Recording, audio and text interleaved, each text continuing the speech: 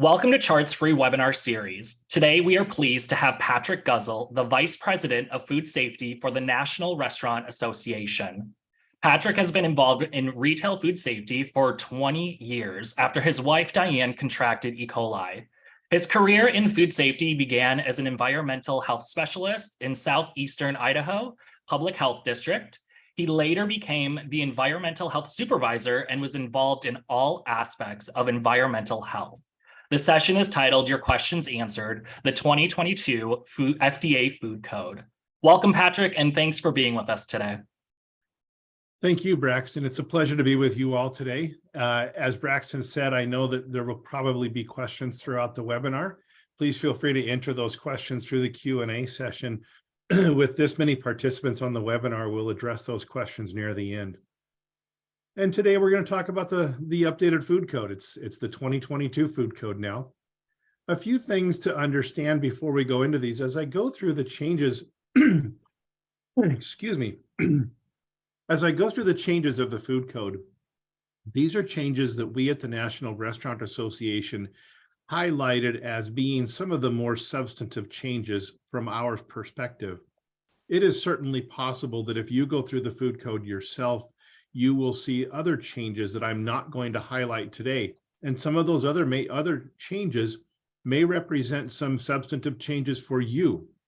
If you feel that is the case, that there is another question that you have after this webinar and we cannot address it, I believe my contact information will be on the last slide, and I encourage you to reach out to me through the contact information we'll provide you, and we'll be happy to have that conversation with you. A few things to understand about the FDA food code. Recently, they have slightly modified the wording of this. It used to be called the FDA Model Food Code. They no longer use the word model, but it is important to understand that states have to adopt this. They can at any point, but they must go through their own process for adopting rules and regulations. I live in Boise, Idaho. In Boise, or in the state of Idaho, all agency rules must ultimately be approved by the legislature. So if the state of Idaho were to consider adopting the 2022 food code as its version of the food safety regulations for the state, they would have to go through a legislative process to do that. And every state has their own slightly different format to how agency rules are adopted. So that's the most important thing to understand, that even though we're going to highlight some of these changes today, you may not see any immediate changes into your practices because the local jurisdictions where you work still have to adopt this as their own rule. There are different rules for Federal Nutrition Program. I'm not familiar with those rules, but I can tell you that the Federal Nutrition Program does have a different set of rules in terms of how they adopt the food code. So let's go and start to look at some of these major changes that were made in this food code. With the 2022 version, there is a whole new slew of information about sesame as an allergen, food allergen. We expected this. We knew that the Code of Federal Regulations, which governs food processing plants, did list sesame as a major allergen earlier this year. So we expected to see some language in the 2022 food code about sesame as an allergen. But we didn't expect to see some of the specific language, and I'm going to talk about that in just a second here. What you can see on this slide is that historically, if you thought about the 8 major food allergens, there are now 9 major food allergens, and sesame seed is that 9th major allergen. So to review, the milk, eggs, fish, crustacean, shellfish, tree nuts, peanuts, wheat, those are still soybeans, those are still listed as allergens. We're simply adding sesame now into that listing of major allergens. Now, here's the change that we weren't really quite sure how FDA was going to word this. And I'm not going to read this on the screen. You can do that yourselves. But you'll see a couple of things here that for us really kind of present some interesting language. So it appears now that in terms of training for food allergens, that onus is still on the manager, making sure that food workers are trained in food allergy awareness. But then when you drop to the next bullet point, you see that we have information now where we're directing food employees to be familiar with some of the symptoms that a major food allergen can cause, especially in a person who is going to have that allergic reaction. So that kind of shifts a little bit because now we're putting some of the onus on food employees to understand what some of those symptoms can be. And if you're not familiar with those, I would encourage you to do the research, but you're most likely familiar that some of the symptoms of food allergen can include things like hives on the neck. It can include shortness of breathing. It can include swelling of the mouth and of the tongue. And so some of these reactions can be life-threatening for folks, that you can get a restriction of the airway. And so it is very important that we understand what these symptoms are and how to deal with them. It was just interesting to see this kind of language. In our opinion, this pushes some of that responsibility onto the food worker and not the food manager. So that was an interesting change that we noted. Along with this, there is now language in the food code that says foods that are available for, like in a bulk type format, and are available for consumer self-selection of those foods, if they are an allergen, or if they contain one of the 9 major allergens, they do need to be labeled as such. Now, I had an interesting conversation with a couple of FDA retail specialists about this, because when I saw this language in the food code, one of the thoughts that I had was, well, what about like a breadstick at the end of a salad bar? I go through a salad bar and I load up my salad with all the veggies that I want. And then at the end, oftentimes you'll see maybe a container of breadsticks, and some of those might have sesame in that breadstick. So I asked these FDA specialists about, in that case, does that need to be labeled? Do the breadsticks need to be labeled? And they both told me, no, we're not going to look at something like that when it comes to labeling. Our concern more about labeling, they told me, was in a setting where you can imagine like a grocery store that has bulk containers for consumer self-selection. Those would need to be labeled, but probably not something on a salad bar. Well, that was the initial answer that I got. And I'm okay with that answer. But remember that it's your local state and local county health departments that have to adopt the food code. And I can't help but imagine that there might be circumstances, because there are so many different health departments around the country, there might be circumstances where this is interpreted by a local health department to mean that those sesame breadsticks do in fact need to be labeled. I don't have any indication that that will happen. I don't have any reason to believe it will become a trend, but it's just something that you might want to keep in mind. This would be up to the interpretation of that local health, or a local state or local health department. We are aware of a couple of concerns with compliance about this. We have heard of anecdotal reports of some companies now intentionally adding sesame to products that perhaps they didn't have sesame in the past. We don't have any definitive proof that that is in fact happening. It appears that the reports are based on, we're now seeing many foods that historically did not have a warning label are now coming with a warning label about sesame as an allergen. So it's kind of a hidden allergen because it's a sub-ingredient. Next week, not next week, the week after next, is the Conference for Food Protection. The Conference for Food Protection every 2 years meets together and discusses various concerns and issues that are related to the food code. And I can tell you, because I'm heavily involved with the Conference for Food Protection, that there are at least 7 issues that have been submitted to the CFP for deliberation that about this concept of sesame as an allergen. So it will be interesting to see what the Conference for Food Protection recommends over the next few weeks. I'm not a voting member of the Conference for Food Protection. I kind of hang out in the background now, and I do pay attention to those deliberations and discussions, and we will see what the conference ultimately recommends on how we deal with this problem of reports of intentional addition of sesame and what it means for consumers. The next big change that we saw is time as a public health control. Now, if you're not familiar with time as a public health control, the food code requires that foods be stored at certain temperatures. If it's a hot food, it has to be stored at or above 135 degrees Fahrenheit. If it's a cold food, that food has to be stored at or below 41 degrees Fahrenheit, unless you use time as a public health control. The concept of time as a public health control says you can take it out of that temperature controlled environment and hold the food at room temperature for a specific amount of time. At the end of that amount of time, though, that food must be discarded. It cannot be reserved.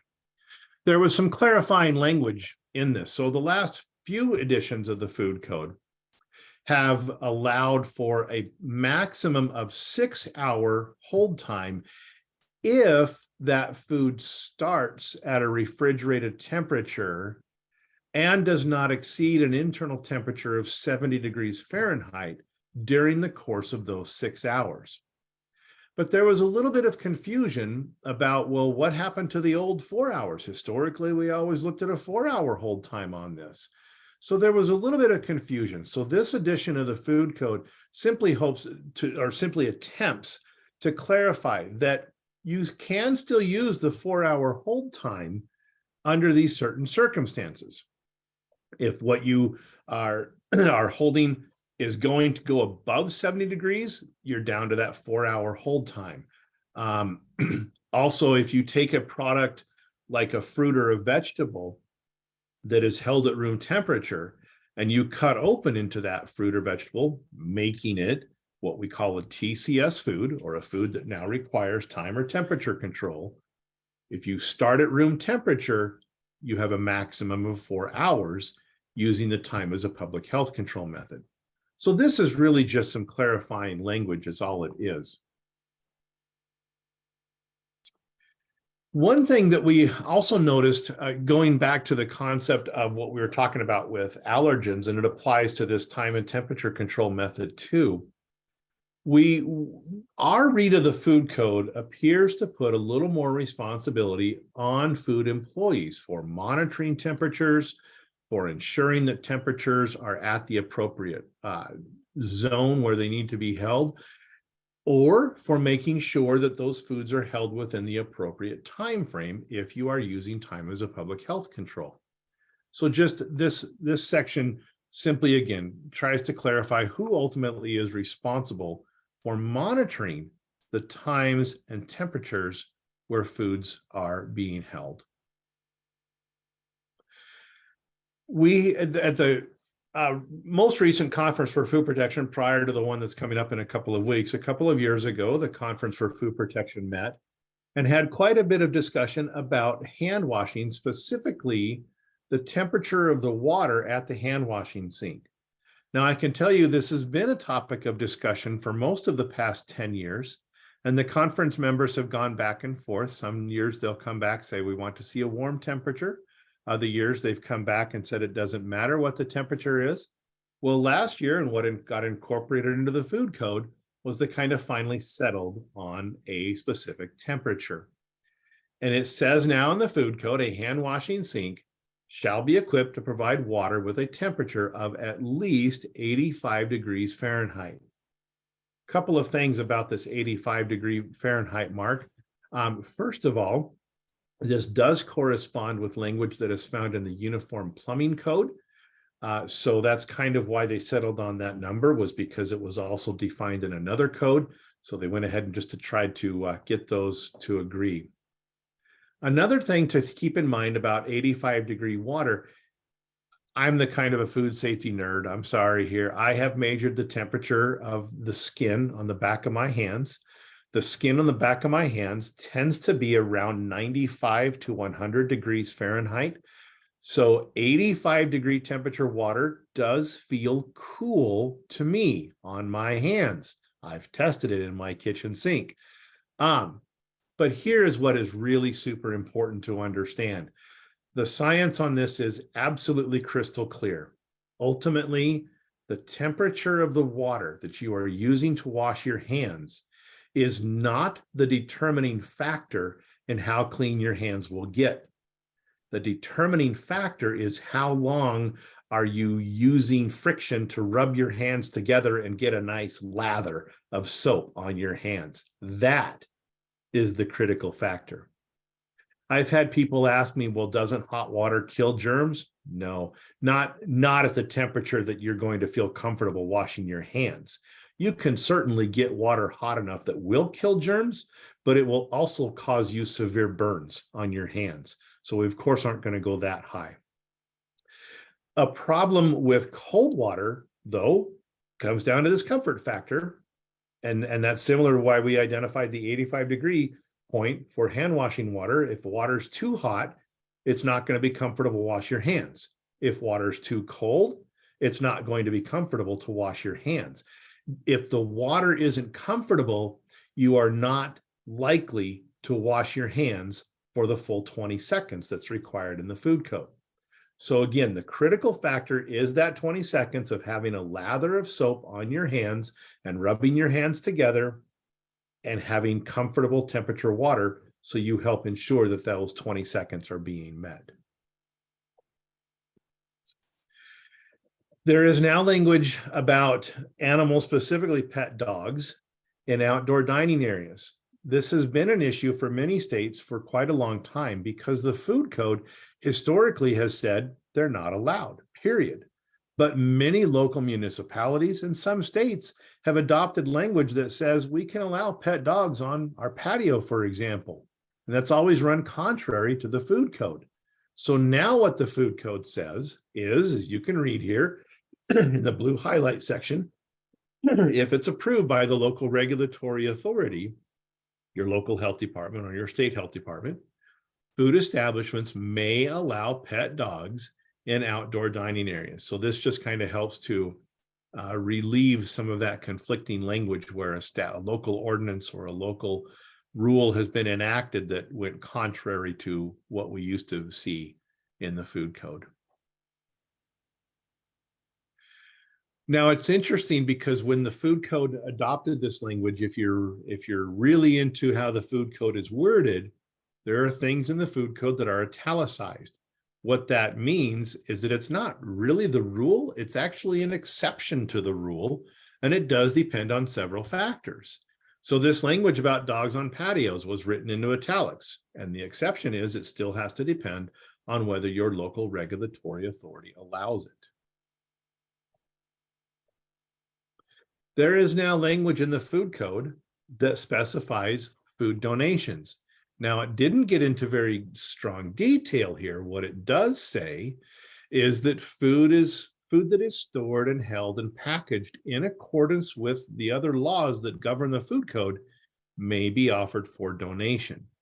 I think this is an important step. I think it's a great step in the right direction. But I also want to emphasize that from my perspective in food safety, I think we need to keep in mind who the end consumer might be of a donated food.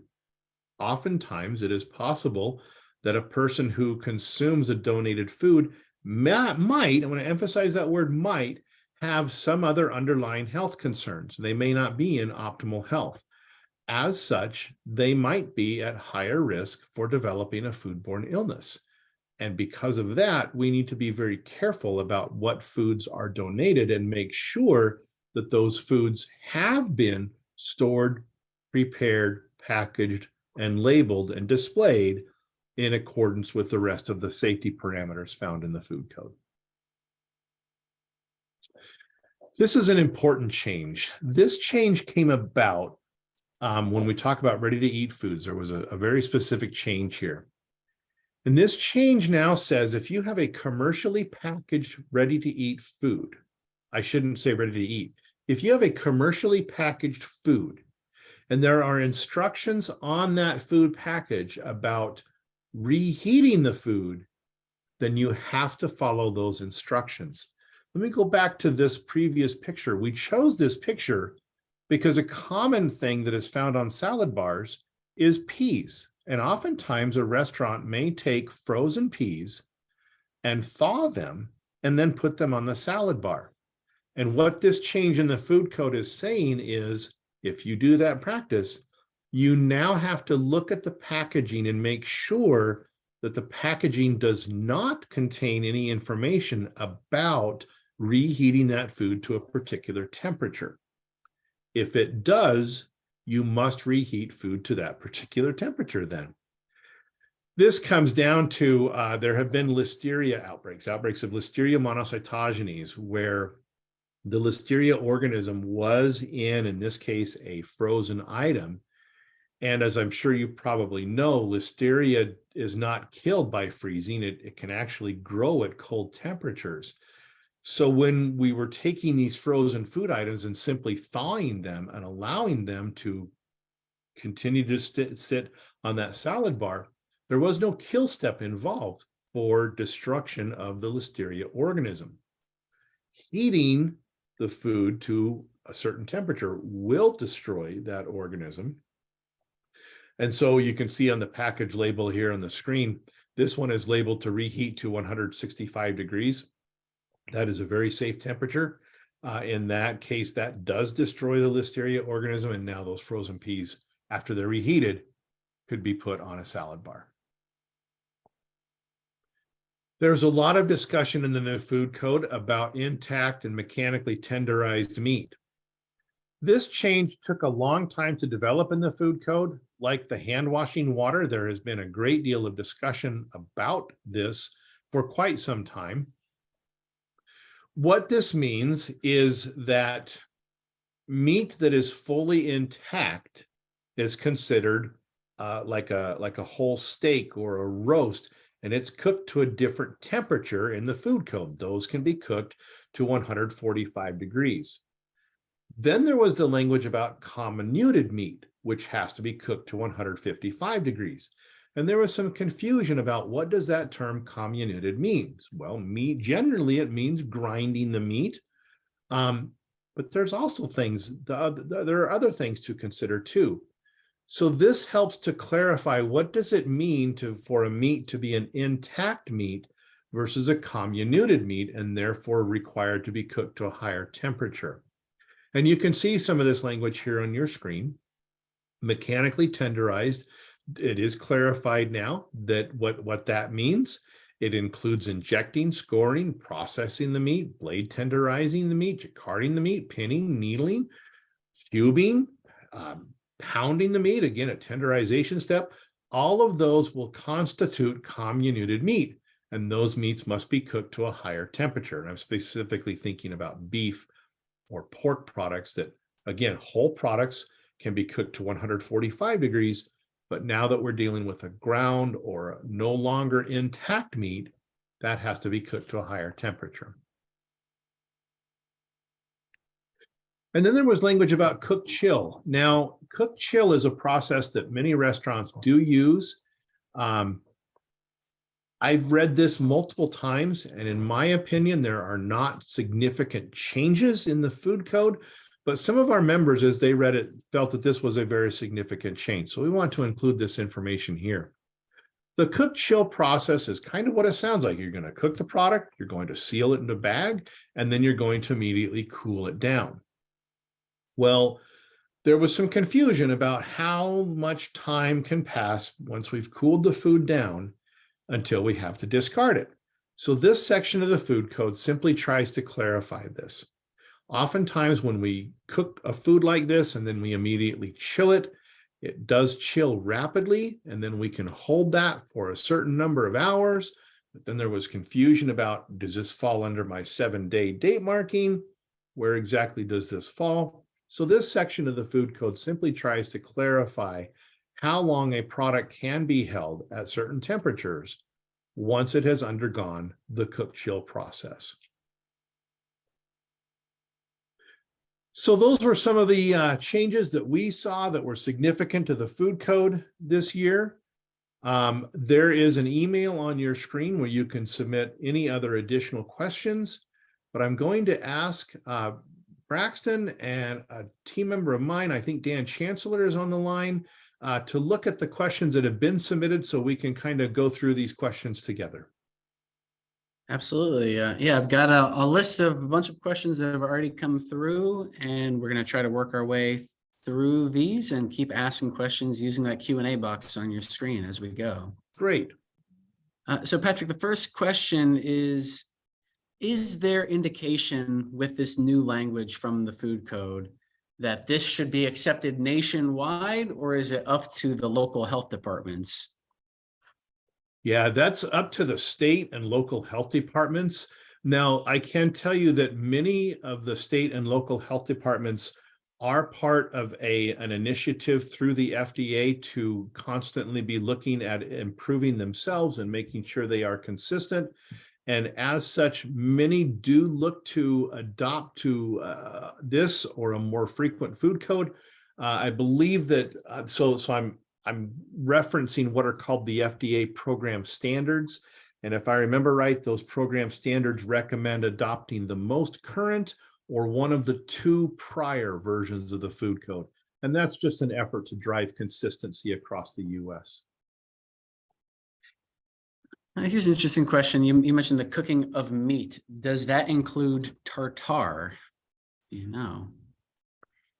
So if you have tartare on your menu, any kind of a meat tartare, you would fall under the category of that there's another provision in the food code that requires you to disclose to the consumers that is an undercooked product, and therefore there's a little note on the menu. There should be a little note on your menu to remind consumers that consuming undercooked products can increase their risk of a foodborne illness. So a tartare meat is not cooked. It is served raw, and that is obviously undercooked. That's where that consumer advisory comes into play. I hopefully answered that question for you. Do you know if the FDA food code has a specific temperature requirement for freezer temperatures, like 0 degrees Fahrenheit? They say they haven't seen this requirement anywhere in the code. I'm just curious if we all just follow 0, or is there a specific code requiring freezer temperatures? To my knowledge, no, there is not a specific temperature requirement for freezers. Now, it's an interesting question because we know that between 0 and 32 degrees, there can be some organism growth. I mentioned listeria while I was speaking.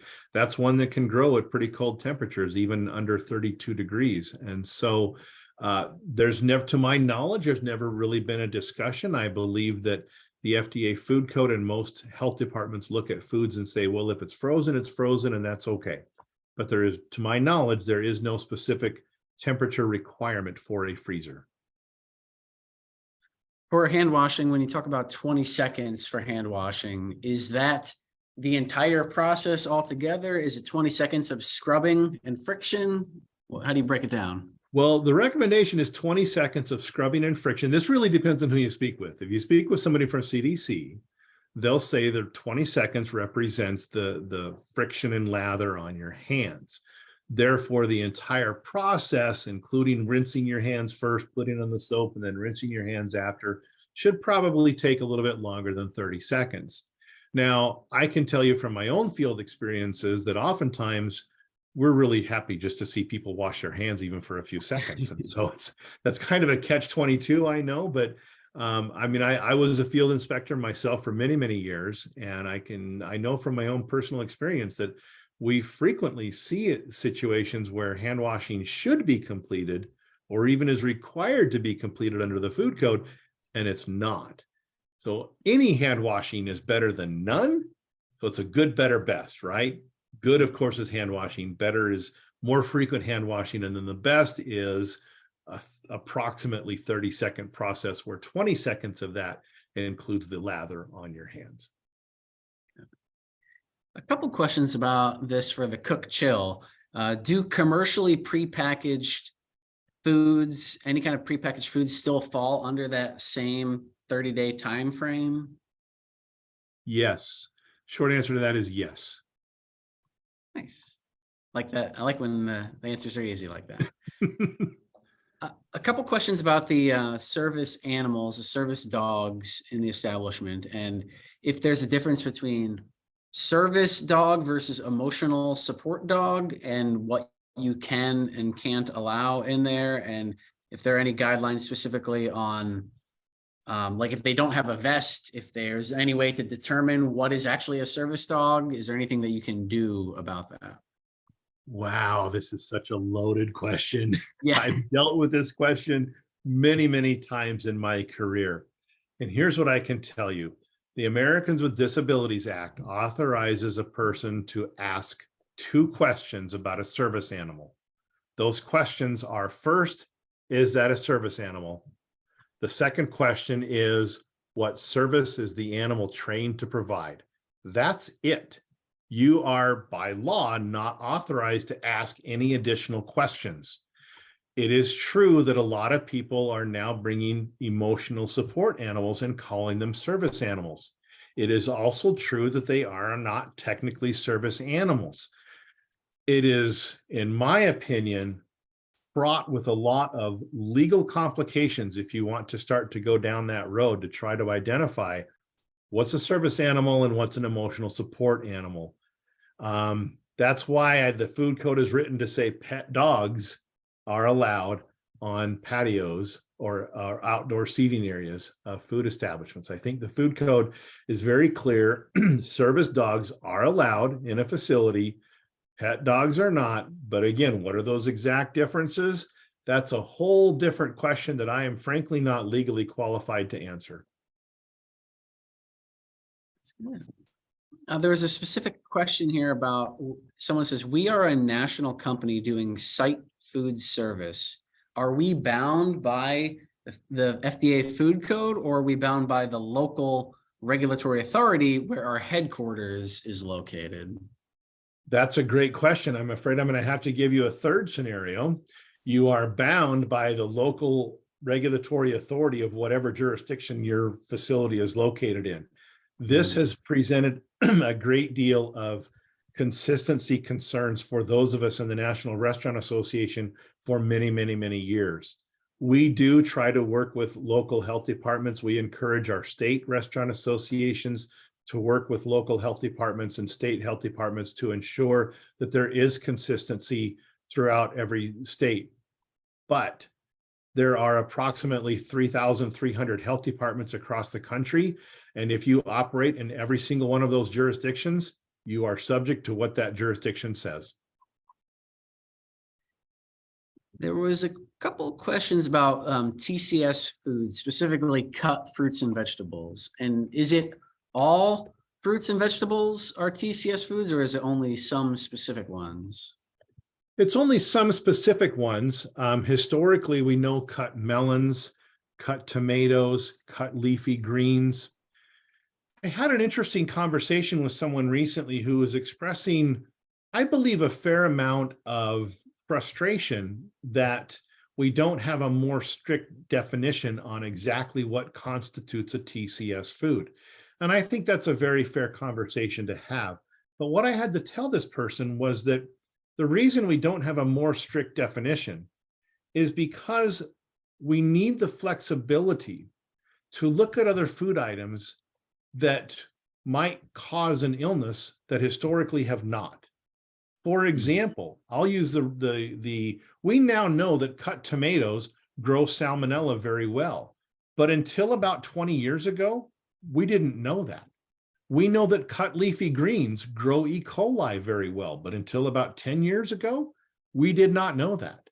So we need the flexibility because some of these foodborne illnesses that we talk about can cause life-threatening situations. And so we need the flexibility to make sure that we can cover other foods if evidence points us that another food, another cut fruit or a cut vegetable is now capable of growing bacteria that we did not see before. And you mentioned sliced melon, and someone had this question of how is a melon defined? Is it anything in the melon family, like a cucumber? Does it have to have the word melon in the name? That's a great question. I don't know a concrete answer to that. I believe that most jurisdictions look at the traditional melons, cantaloupe, honeydew, watermelon, things like that. I believe that most of them would look at a cucumber as a vegetable, even though I know technically it's in that melon category. So I think that we look historically at cut melons as traditionally the cantaloupe, the honeydew, and the watermelon. I am seeing a handful of questions about updating ServSafe content connected to the food code, and I could just take a quick stab at answering that right now.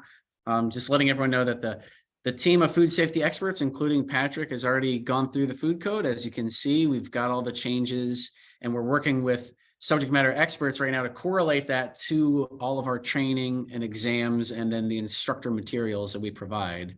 So our goal right now is the first week of October to get all of this stuff updated all together, all at once. That's what we're shooting for.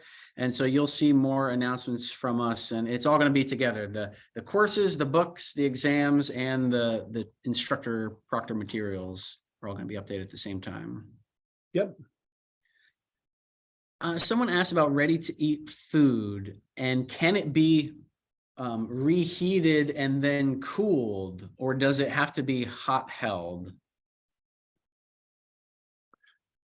I'm going to try to answer this without knowing the specific example of the food. Sure. And I'm going to say, yes, it can be. However, with a ready-to-eat food, the quality of the product diminishes rapidly every time we go through a reheat process. So depending on the type of food, it's most likely safe to eat, but it may not be of the same quality. And this is a good example of some of the key differences between food safety versus food quality. And that's a whole nother conversation that we're not having today, but there are some key differences. And in this case, it does present some potentially concerning food quality aspects to consider. I like when we get very specific questions like the one I'm about to ask, just because I'm always curious to see how you handle it and if you can answer it. So this one is, what temperature does ground roast beef for a mechanically altered diet in a nursing home need to be heated to? Is it greater than 165 Fahrenheit? No, it's actually less. If it's Oh. ground roast beef, it's 155 degrees. It falls under that category of ground beef. So the minimum internal cooking temperature would be 155 degrees. Now, of course, if you go higher than that, of course, that's a safer temperature, right? Mm-hmm. So does, I'm just curious, when they mention that it's in a nursing home, you still just hit the minimum required temperature, or would it make sense? Does it change depending on the venue? Great question, Dan. So let me address a couple things here, and I hope that this is taken in the right context of what I'm trying to say. The food code represents the minimum government standard. Okay. If I were your consultant today, I would be telling you that 155-degree temperature, yes, that's the minimum government standard. But let's be more safe. Let's bring it to a higher temperature. Let's go above and beyond the minimum expectations. And I like to bring in the analogy here of how many lifeboats were on Titanic. If you don't know the answer to this question, I do, because I've looked it up.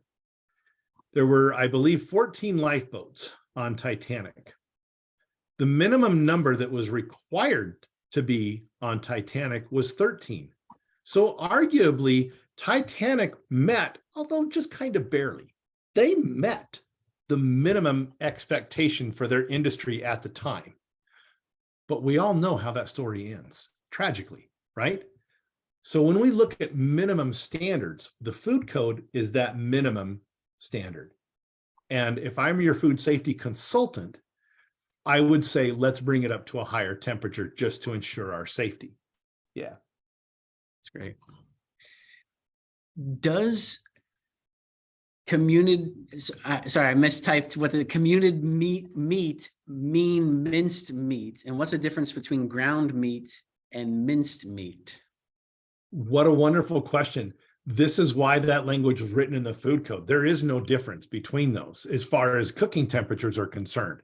But there has been confusion among different people and different people applying the food code about what exactly are the differences between cubed versus minced versus chopped versus ground versus mechanically tenderized versus all of those other different names.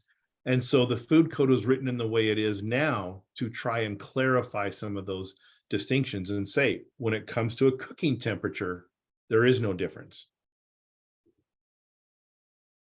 When we talk about allergens and sesame now being one of the big 9 allergens, does that mean that sesame has to be denoted on a menu or somewhere on a website, something like that? Yes. Now, to add to that, there's a little bit of discussion that I'm having with FDA currently because a member of ours asked, well, if we put a disclaimer statement on our menu advising consumers to go to a website to include our allergen information, does that meet the requirements in the food code to have a written notification of allergens? And we're trying to get a clear answer from FDA on whether or not that would meet the intention of the food code. So, yeah. All right, just a couple more questions here. This is an interesting one. Is there a recommended serving temperature for hot beverages?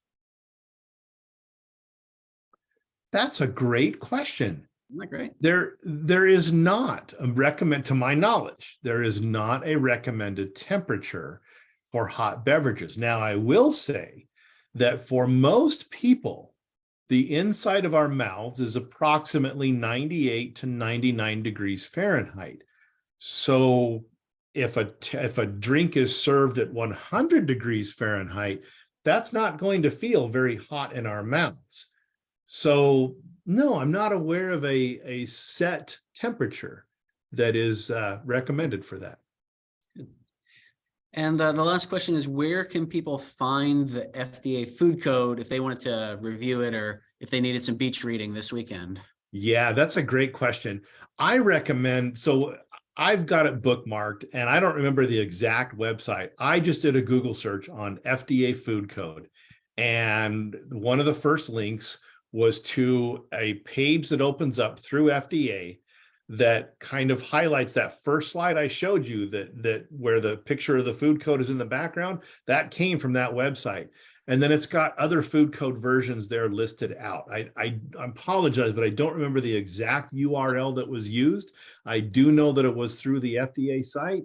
And I did a Google search on FDA food code and I bookmarked that site, but I don't remember it off the top of my head. And the URL is actually a little complicated. So you're right. If you Google it, Google FDA food code, the top hit is the FDA site and it'll have the links that you need right there.